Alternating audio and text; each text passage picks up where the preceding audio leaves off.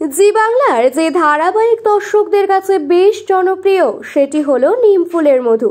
ধারাবাহিকটি টিআরপির নম্বর কিছুটা কমেছে, আর তাই তো টিআরপি বাড়াতে ধারাবাহিকে আসছে নতুন ঘটনা।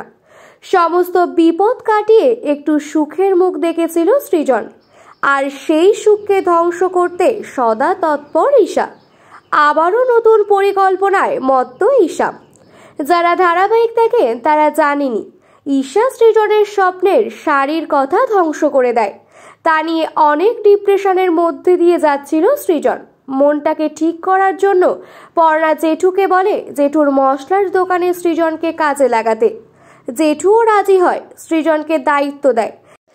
এই নিয়ে বেশ খুশি দত্ত পরিবার, কিন্তু ঈশা তো তা থাকতে দেবে না।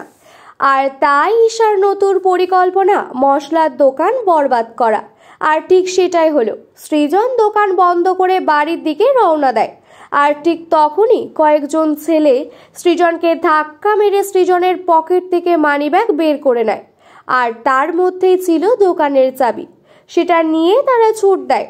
বাড়িতে এসে সৃজন জানায় তার মানিব্যাগ চুরি হয়ে গেছে। জেঠু দোকানে যাওয়ার জন্য ব্যস্ত হয়। জেঠুর সঙ্গে পর্ণাও আসে। এদিকে ঈশা ওই দুষ্কৃতীদের নিয়ে মশলার দোকানে প্রবেশ করে।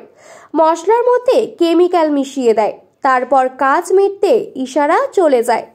পর্ণারা এসে দেখে সব ঠিক আছে, কোনো ক্ষতি হয়নি।